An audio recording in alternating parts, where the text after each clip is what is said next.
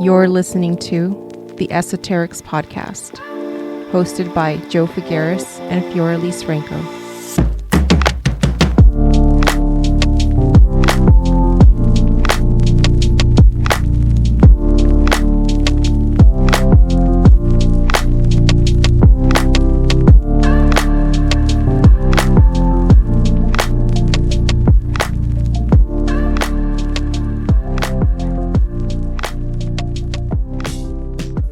Welcome back to the podcast, everybody. Hi. Hello, everybody. Welcome back. It's good to talk to everybody today. How are you doing, Joe? I'm good. How are things in your neck of the woods? Things are fantastic. I'm going to use some subliminal affirmations on myself. Things are wonderful. I am amazing. Oh, good. It's the energy right now. It's causing a lot of fogginess and uncertainty. We are in between eclipses right now as we're recording. So yes this energy is strong. Yeah. How have you been doing through it? I'm fine. Yeah. I'm fine. I'm fine. Everything is fine. I am that meme. I'm that meme.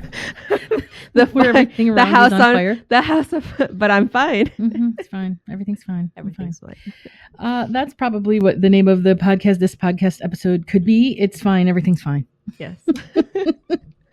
And, it's not to avoid or, not be vulnerable or any of that shit. It's just like, I don't want to give energy to the areas of my life where I feel like it's not fucking fine. Right. Right. It is what it is. It's going to pass. It's the astrology. It's a transit. It's the algorithm. It's a phase of life. Whatever it is, It's just, damn, right now it's tough. It is. And even if you are personally okay, but if you happen to also be a person who's like wants to be informed, right? Which is part of a lot of our problems. And it just feels like every day is another nightmare story. The thing that I heard yesterday, and I had to say it to myself a few times, was observe, do not absorb. Observe, do not absorb. And just kind of taking that and like, okay, I can take in this information. I can read this information, but I don't have to absorb it. It does not have to stick with me. Okay, that's an interesting story. And letting it pass. That's been my motto over this last weekend since the eclipse. And also, I think people are just generally more psychic now. We're coming up on a really cool transit that you're going to talk about today. Yeah. And there's just, people are just generally more sensitive. They're more psychic. They're more intuitive. They're more tuned in, and maybe not used to that. Maybe not used to having that type of insight. And maybe it's scary, or they're not able to put it in the proper perspective because they're not used to working with that type of energy. Right. There's so many reasons. It's just right now it is a very Piscean energy. A very deeply emotional, also changing, very wavering. But it's also, remember that one of the key characteristics of Pisces is fish generally travel in schools, right? In groups. So it's also about community and being able to stay within community or building your community. Point being is that you're not alone. Like none of us are doing this alone. I mean, yes, it may feel like that sometimes, but at the end of the day, we're all going through this shit together. So that's really beautiful. And yes, we are absolutely. It does feel like, I'm going through this alone.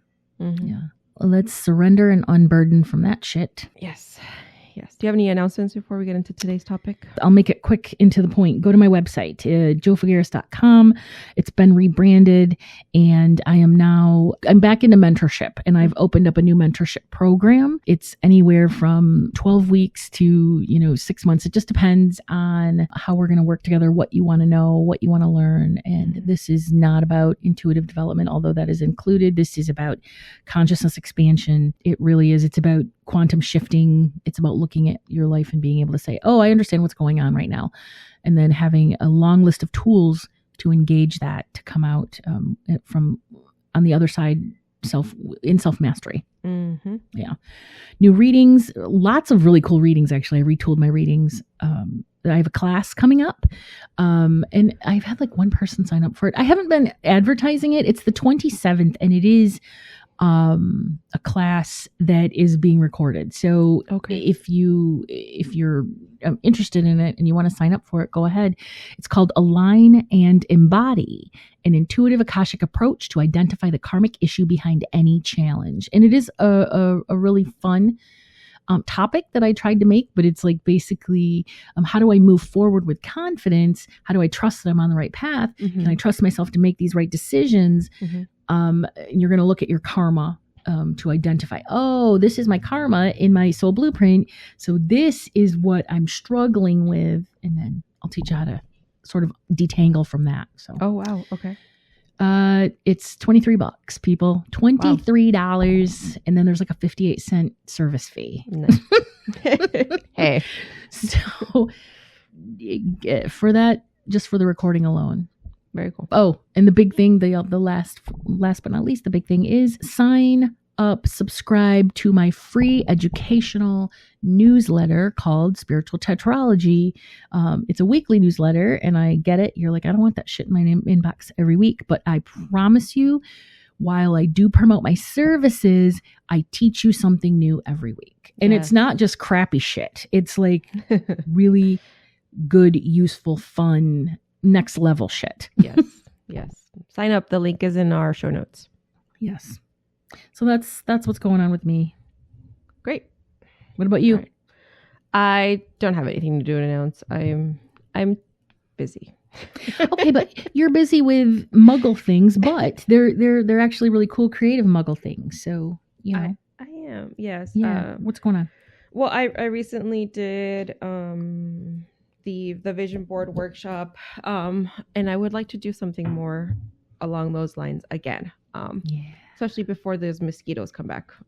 Yeah. So I want to do something outside. But I'm also gardening right now. So I'm doing a lot of different things. I just made my vegetable bed. So yay. So you're gonna grow veggies. Yes.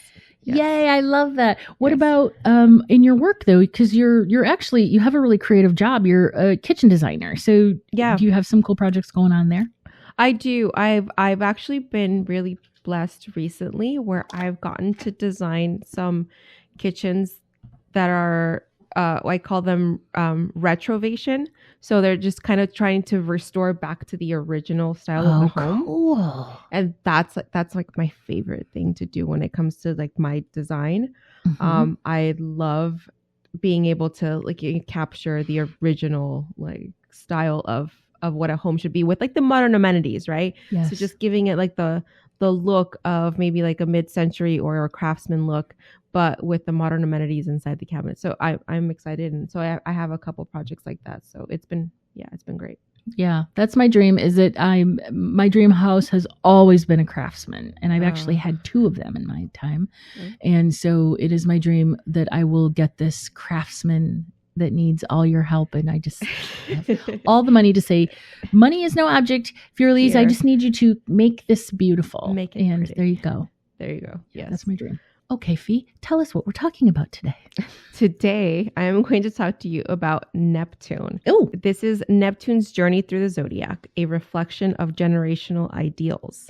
So I have actually been wanting to do this episode since we did the Pluto episode. Yes. So if you have not listened to that, first of all, what's wrong with you? Second of all, go listen to that. You don't have to listen to them in order. You can listen to it after this if you haven't done so. But what I loved about doing the Pluto episode was just how it perfectly broke down each generation.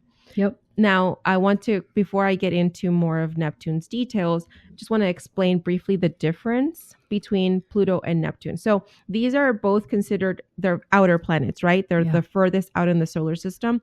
And so because of that, they don't necessarily affect us as personally as your quote unquote personal planets, which are the ones closer to you. So like your sun sign, your moon sign, your rising, those are the things that affect you more on the personal level. Anyway, So Pluto is about transformation, where Neptune is more about dreams and illusions and spirituality. So we've already talked about in that Pluto episode how each generation are expected to maybe socially transform. And then there's also some keys on like personal transformation, and that has to do with what house it's in. But with Neptune, this is what we're talking about socially or generationally. Like, what are our dreams as a generation? What are what kind of spirituality do we embody? Okay. All right, let's do it. All right. So Neptune is a planet of dreams, illusions, and spirituality, and it has an orbital period of approximately 165 years. So it spends around 14 years in each zodiac sign. Unlike Pluto, where Pluto has an elliptical orbit, Neptune's path around the sun is more circular. And so that's why it's usually truly 14 years, where Pluto is kind of wonky, like where it can be anywhere from like, I think 9 was the shortest year and some was like 31. So it's very odd. Whereas Neptune is a little, it's a little more predictable. Neptune allows it to deeply influence the collective consciousness of generations. So it shapes the ideals, the artistic expressions, and the shared fantasies of the generations. Wow. It's also essential to note that when Neptune transitions into a new sign, it does often retrograde back into the previous sign for several years before it actually establishes itself in that new sign permanently. So just FYI. So that's why you have to look at your birth chart. Sometimes depending on when you were born, you might have been in a Neptune retrograde. Yeah. And so it was like in the past sign. So that's why it's important to look at your birth chart. So just so you know, even though you might have been born during the years that I'm going to state, there might be some differences. So this retrogression allows for a blending of energies from both signs when that happens. So it provides a unique context for understanding the generational shifts that occur during the transitions. So let's break down the corresponding generational identities of Neptune's stay in each sign. Let's start first with Neptune in Leo. And the years for this were 1914, 1916, 1928, and 1929. This was the silent generation. So this was like, did you know Joe Biden was our first silent generation president? Really? We'd never had a silent generation president until him. Which is why he declined cognitively so quickly. Because he was so old. Fucking old, dude. I know. I love Joe Biden. I love him. But I was like, at the end, I was like, bro. I wanted petty Joe Biden, the vice president. That's who I want. That's who I wanted as president. But that's not who we got because we waited too long. Anyway, so the silent generation, this period was marked by a focus of creativity, performance, and the pursuit of personal expression amidst the backdrop of significant historical events like World War I and the Great Depression. The silent generation often channeled their dreams and aspirations into art, literature, and social movement. Okay, can I just say, though, you make them sound so wonderful. And I'm not saying that all boomers are dicks, but I am saying that they're not as open or cultured as that description would lead us to. Oh, no, it was very much. Well, also think of a dreamy planet in Leo. And Leo is very much me, me, me. So even if they are going to channel their, aspirations into art, literature, and social movements, it's very much going to be self-centered. Yeah. Yep. Yes. Okay. Wonderful. All right. Okay. Thank you. Yeah. Neptune in Virgo is the next one. And this was 1928 and 1929. And then settled until 1942 and 1943. This is the quote unquote, the greatest generation. Known for their strong work ethic and practicality, this generation was shaped by the challenges of the Great Depression and World War II. Their ideals revolved around duty, service, and a pursuit of a better life, often emphasizing social responsibility and community. But they're also the ones that invented, well, I don't know if you can give them credit for inventing the nuclear family, but they were definitely the ones that took off with the nuclear family. They're also the ones that raised the boomers. So, are they really the ones to blame?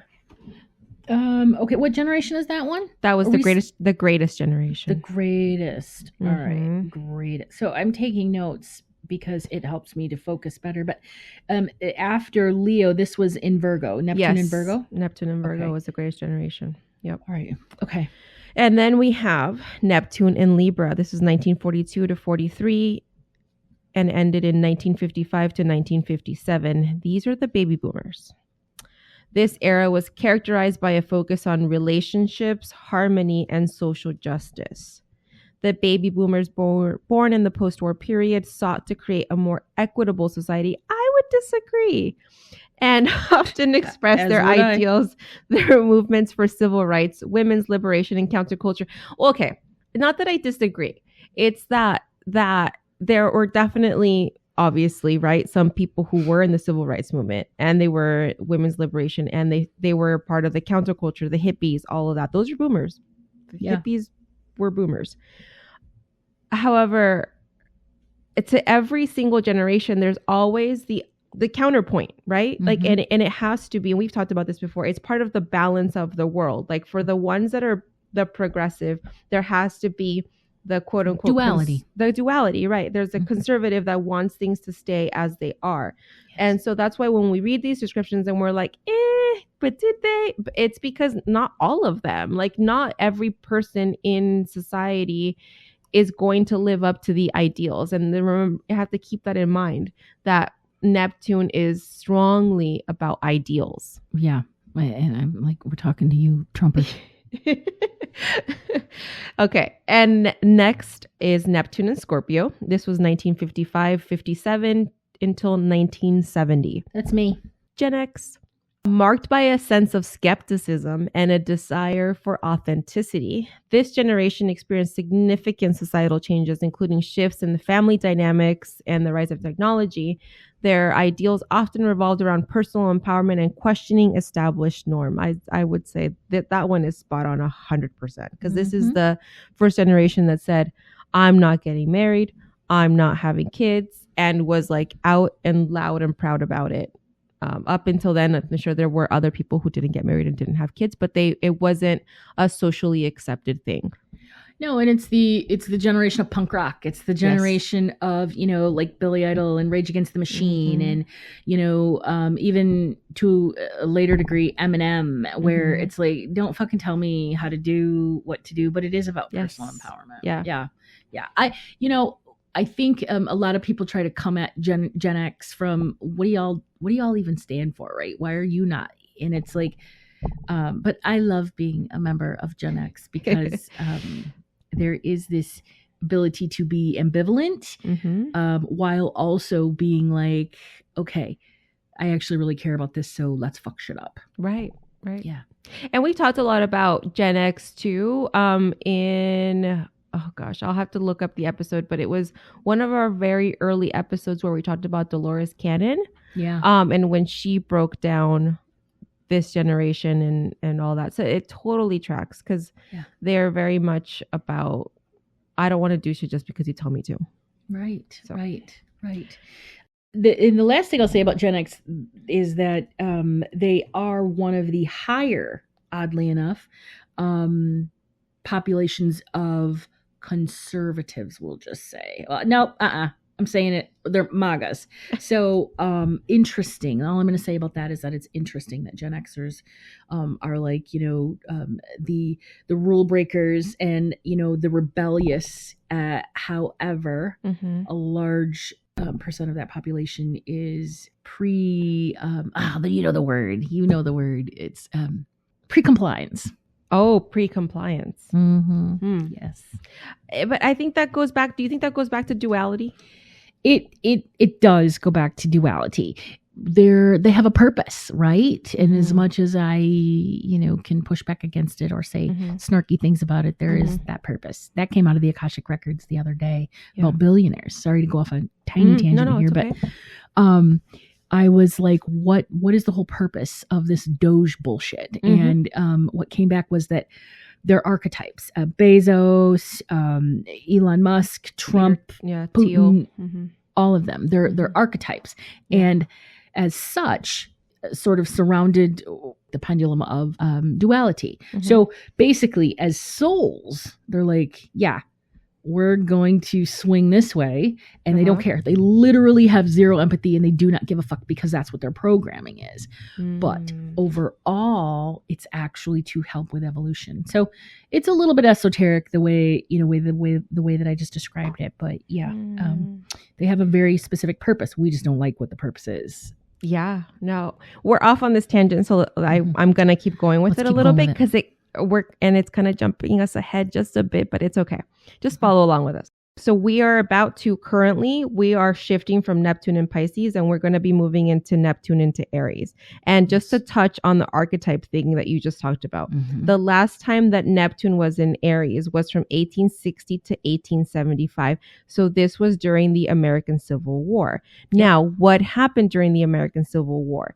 Basically, that was when the creation of the quote unquote white people happened, because up until then people were either Irish or Catholic or Scottish, or like they were specifically from where they were from, right? But then the people in power, the men in power, rich white men in power, had to be like, well, how do we preserve power when then there's all these poor people, and if they figure out that they can all just ramp up against us, they'll kill us and they'll take all our stuff, and then we won't be rich and in power anymore. So now let's create this idea of like, oh, we are all white people, white supremacy. And that's how you got poor, uneducated white people to feel like they had and believe that they had more in common with rich white people than they did their black and brown brothers and sisters who they actually, truly had most in common with. And we're right there. Right there. Yes. Yeah. Once again, we are being shown how those that claim to be supremacists are in fact the least supreme of all. Yeah. Really? Seriously. I don't. Yeah.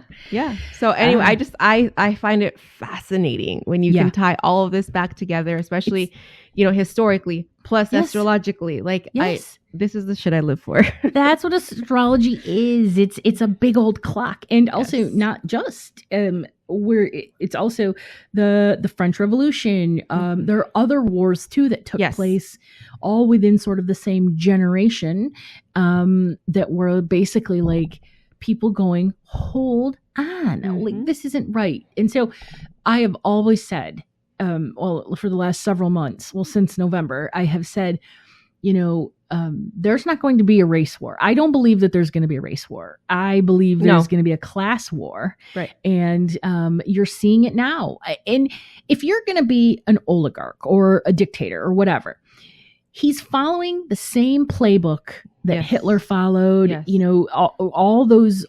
this is how you divide people. This is how you, sort of overwhelm people and everything like that. But the thing is I don't want to say that MAGA are less intelligent. It's not about intelligence. It's about critical fucking thinking. Right. And that's not happening within that generation. Yes. But there are a lot more people that are capable of critical thinking now than there was back in the Civil War days. So again, it's just it's the same old shit that's trying to be processed under a different guise. It's like the woman, the domestic abuse woman is like, no more. I'm not doing it this time. So, anyway, sorry, that's my rabbit hole. Anyway, all right. So after Neptune in Scorpio comes Neptune in Sagittarius. This was from 1970 to 1984. This is Gen X / early millennials. This period fostered a spirit of exploration, adventure, and philosophical inquiry. The blending of Neptune's influence with the energies of Sagittarius encouraged a quest for truth, spirituality, and a global awareness, paving the way for the millennials. And then we get to the actual millennial transit, which is Neptune and Capricorn. This is 1984 to 1998. Under Neptune's influence in Capricorn, this generation faced challenges related to ambition, success, and the restructuring of traditional institutions. We're the generation that has seen everything. I feel like it started from Y2K, like, and the dread of, the world possibly shutting down because of some computer glitch, to then the World Trade Center and everything that's got the war in Iraq, the war in Afghanistan, all these And then the recession, like the quote unquote unprecedented times that we've lived in, it's like, this feels very Neptune and Capricorn to me. Like it's very much talk about facing challenges as a generation. Like it's very strongly so. Yep. The housing crisis. Everything. Yep. What was the I know that the Neptune and Sagittarius with Generation Y, that's the Generation X. Y is, well, it's XYZ. So you go the early millennials, I call them Y. It's just easier for my brain. Yes. So what did the earlier millennials and Y, what were those the primary focus of Neptune and Sagittarius? Neptune Sagittarius was the quest for truth. Okay. Yes. Yep. And global awareness. Yeah. All right. So then with Neptune and Capricorn, with these millennials, their ideals often revolve around redefining success and seeking purpose in their careers and personal lives. So when we can't buy a house and we get out of college and we can't find a job, then we have to redefine, like, what does success mean, right? And success means it's fulfillment and what is making me happy. And sometimes it's just surviving, unfortunately. So that's Neptune and Capricorn. Okay. What's next? Neptune in Aquarius is next. And this is 1998 to 2011/2012. This is Generation Z. This generation is characterized by a strong sense of individuality, social consciousness, and technical prowess. They're the ones that were born with the internet. The influence of Aquarius encourages innovation and collective action, prompting Gen Z to advocate for social change and environmental sustainability. So Greta Thunberg, she's a Neptune in Aquarius. All right, Neptune in Pisces. That's been basically the current generation that we've been in. So this has been from 2011, 2012 to 2025, ending finally 2026. So the babies. We're hitting into this retrograde kind of period that's coming up. But this generation is marked by increased empathy, spiritual exploration, and the dissolution of boundaries. The influence of Pisces encourages a more compassionate worldview, promoting connection and understanding across diverse communities. Neptune is also, I just want to note that Neptune is at home in Pisces. And so this also, though, because it's Neptune, the planet of, again, ideals and dreams in Pisces, a very dreamy water sign, it's also made things very murky. It's why the rise of misinformation has been so rampant. Just look at the years 2011, 2012. Like I feel like ever since then, it's been like just misinformation everywhere, from just the rise of conspiracy theories and crazy people like Alex Jones to just the giant web of all of that, like all the conspiracy theories, and how it led us to QAnon and the rise of Trump and everything that where we're at. It's like, it's very Neptune and Pisces. It's very murky, unclear, hard to tell what's fact from fiction. So what I love about this is that I'm looking through them all, and like I said, it helps me to take notes, but really I'm connecting dots because I'm looking at this going, in terms of self-leadership and personal development and, of course, soul evolution. We're going from the silent generation, which was about self-centered awareness, and evolving through all of these generations into compassionate worldview and community and increased empathy. And I think one of the biggest things that, the silence and the greatest gen and the boomers and even, some Gen Xers, love to say is that these new kids, they're all about participation trophies. They're soft, right? And, nobody pays any attention to these, idiots spouting that, but there's softness is what we're meant to be. Right. And so, they're much stronger than they're given credit for. Yeah. All right. So as we leave Neptune in Pisces, we move into Neptune in Aries. So first, I just want to state the fact that Aries is considered the top of the zodiac, the beginning of the zodiac calendar. So it's very much about what comes first. With Neptune moving into Aries, we're likely to see a strong emphasis on personal expression.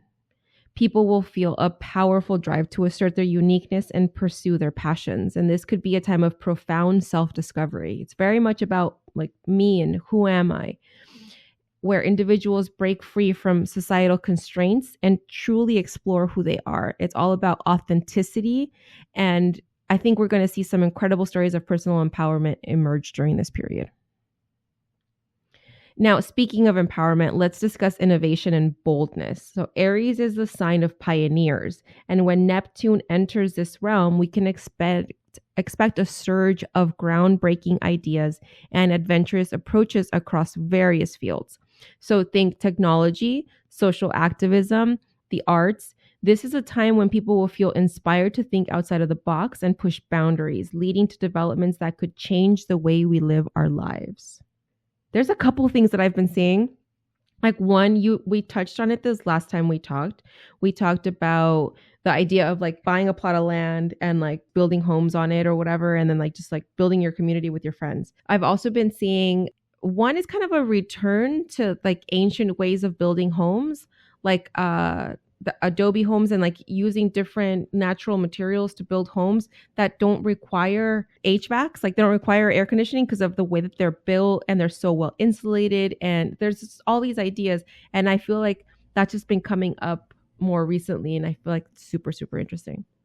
It's really cool. The very first house that I owned was built by a retired architect, and it was very much a little modern little house that had all these really cool features. And one of the things it had was this system. It was not an HVAC. I actually did have HVAC, but I never used it because there was this fan that was built, and it would pull air from deep down into the ground. Yes. And it never smelled. I was worried it was going to smell like musty or whatever. It never did because it was filtered. But it worked like a charm. Yeah.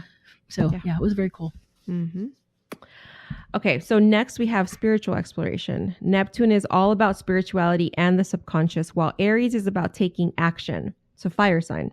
Mm-hmm. This combination might inspire new forms of spiritual practices that prioritize personal experience. We could see the rise of new spiritual movements that challenge traditional beliefs and encourage individuals to seek their own paths to enlightenment. Mm-hmm. It's a fascinating time for those looking to deepen their understanding of spirituality. I am so excited about it. I am so excited about it. All right, so now let's talk about collective action and activism. With Aries' courageous energy, we may witness a significant increase in grassroots movements and direct action. People will feel inspired to stand up for what they believe in, whether it's related to social justice, environmental issues, or personal freedoms. Expect to see communities rallying together to make meaningful changes, and it's going to be inspiring to watch. Hello, stock market. Yep. Like we're seeing it right now. Let's bankrupt Tesla. Like, let's just go for it. Why not? We have the power, right? Yes. But also it's being manipulated by that dipshit because he's tanking stuff in order for his cronies, the other oligarchs, to buy it up at reduced prices, and then they're going to use it to... But we can buy it at reduced prices too. That's the thing. It's like, it's not... I mean, yes, they have more buying power, but that's not to say that we can't buy things cheap too. It's true. It's very true. And wouldn't it be cool if all these people got in and bought it up before these, and then they'd be like, well, it was like the video gamers. Yes. The AMC stock and the Game stock. Yeah. Yeah. See, we've already been dipping our toes into this. Like we've already seen what we can do if we collectively like, hey, we're going to all buy this stock. We're going to drive up this price. We're going to do this thing. Like we have started to see the power that we have as people. Like there's more of us than there are of them. There are more of us, and that's what scares them, and that's why there's all this crazy Project 2025 pushback in all of these areas. So collective action, grassroots involvements, and social action, that is all sort of lending itself towards empowerment and taking back the power. Yeah. And moving on, we should address the potential impact on mental health and well-being. So as Neptune influences our psyche, there may be a growing awareness of the importance of mental health. And this could lead to a cultural shift where practices like mindfulness, therapy, and holistic healing become more mainstream. Imagine a world where mental health is prioritized and openly discussed. What a positive change that would be. Yeah. There is, and I think I told you that I channeled a wellness marketing plan. Mm-hmm. Did I tell you about that? This was back in the summer, and then of course I thought I was going to open up a new wellness center here in Portland, and then that fell through. But I still have the project, and I'm looking at it, and I'm like, and it was all about that. It was that there will be an absolute shift, absolute shift. It's tied to that whole sort of returning to the early American trade system. Like I feel like that's the bottom, right? That's like the foundation on which everything else is going to be built, and everything's going to be built differently to support the individual on a collective level, which then just supports the collective, if that makes sense. Right. All right. Another theme that we might see emerging is the disillusion of boundaries in identity. Ooh. Like it or not, conservatives, it's coming. Neptune's influence may encourage greater fluidity in concepts like gender and sexuality and cultural affiliation. Especially you figure so many people are now going to be cross-cultural, right? Like even like you, right? So you have Cuban descent. You have the Afro-Latina. Like that's Mexican. In Mexico, you have amalgamation of cultures, and there's so many people that are already that way. So you are creating a new cultural identity because you're a combination. It's a really beautiful thing. And so it allows people to feel more empowered and assert their identities in ways that challenge traditional categories. So this could foster a culture that celebrates diversity and individuality and making our world more inclusive.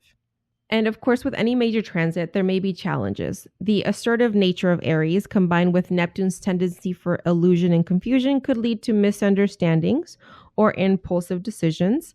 It's going to be essential for us to cultivate discernment and clarity as we navigate this dynamic energy. That's important now. Yep. And finally, let's touch on the potential for an artistic and cultural renaissance. With Neptune in Aries, we can expect a surge in creativity. Artists, musicians, and writers will likely draw inspiration from themes of individuality and adventure. And this could lead to innovative works that challenge conventions and inspire others to explore their passions. How exciting is that? It's very exciting. So to wrap things up, as Neptune moves into Aries, we can anticipate a dynamic interplay of individuality, innovation, spiritual exploration. It's time for personal empowerment, for collective action, and a reevaluation of our identities. While challenges may arise, the overall energy of this transit has the power to inspire profound transformation for us as a society. That is fantastic. And remember earlier when I told you that website had been rebranded and I was like, oh, it's about this and that. You just summed it exactly up, that spiritual exploration in Aries. And now I know why I've been receiving these downloads, because that's what I meant to help people do. Personal empowerment for spiritual exploration. And it's all about empowerment. Yes. No longer are we going to hook up with the local tarot reader to tell me what's going on in my life. No. We will now tap inward and say, okay, higher self, show me what it is I need to know in order to move through this current challenge, embodied and aware and empowered. Yeah. Oh my gosh, thank you. I love it when you do these generational topics because it always just lights a fire under me. I love it. I love it too. I just get to say it out loud, then it sticks with me, and then I'll just be talking about it for the next few months. So right. Exactly. And this one, I mean, we're going to be in this transition for about 20 years. So it's good to know that it's going to be a 20-year phase of personal empowerment. And specifically in Aries. So, Yep. did you by any chance look into what Neptune in Taurus looks like by any chance? I did not. Yeah, No. that would be interesting. No. Um, We can cross that bridge as we get closer to that one. I mean, it is 20 years away, but I think it's probably going to be about snacks because Taurus loves snacks. It's about building a cozy home. Snacks. Don't touch my snacks. You get your own snacks. You get your own stuff. I'll teach you how to make your snacks, but don't touch mine. Just really, really briefly, it represents a unique fusion of spiritual trust and practical resourcefulness. Ah, interesting. All right. So, I mean, I kind of see it, but, or I kind of see how that could play out, but that's going to be very interesting to see how it actually plays out after we've gone through. Yeah. And just think about this, all of these things that we're talking about, we're going to experience them at bigger levels over the next 20 years. Huh.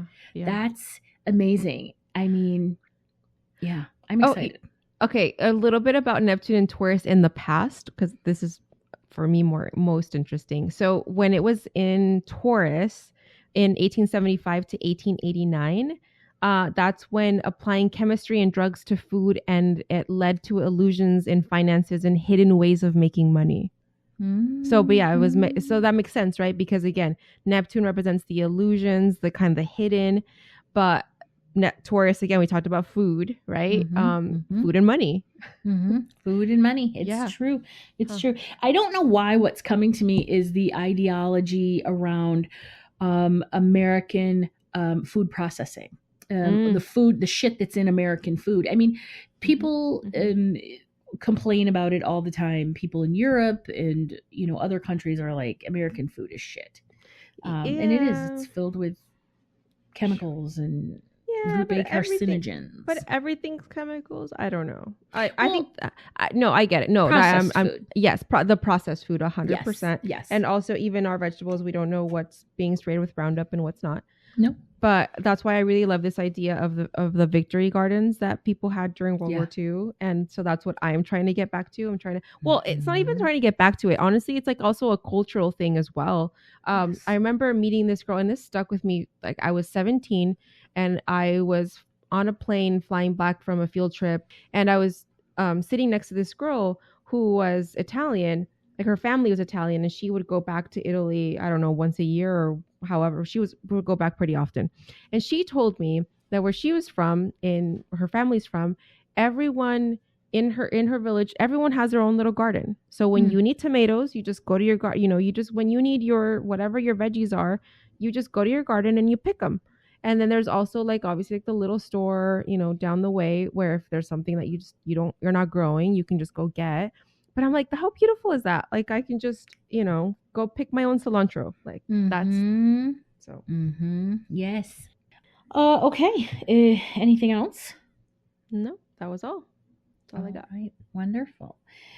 Well, friends, that means it's time to say goodbye. If you enjoyed today's episode, please share your stories, subscribe, and leave us a review. This helps our podcast grow. And if we grow, that means the ability to do this work grows. Thank you all for hanging out with us today. Stay mystical, magical, and don't let anyone tell you what to do. Not even Neptune. I mean, definitely not someone from one of those older generations. For sure. All right, bye. Bye.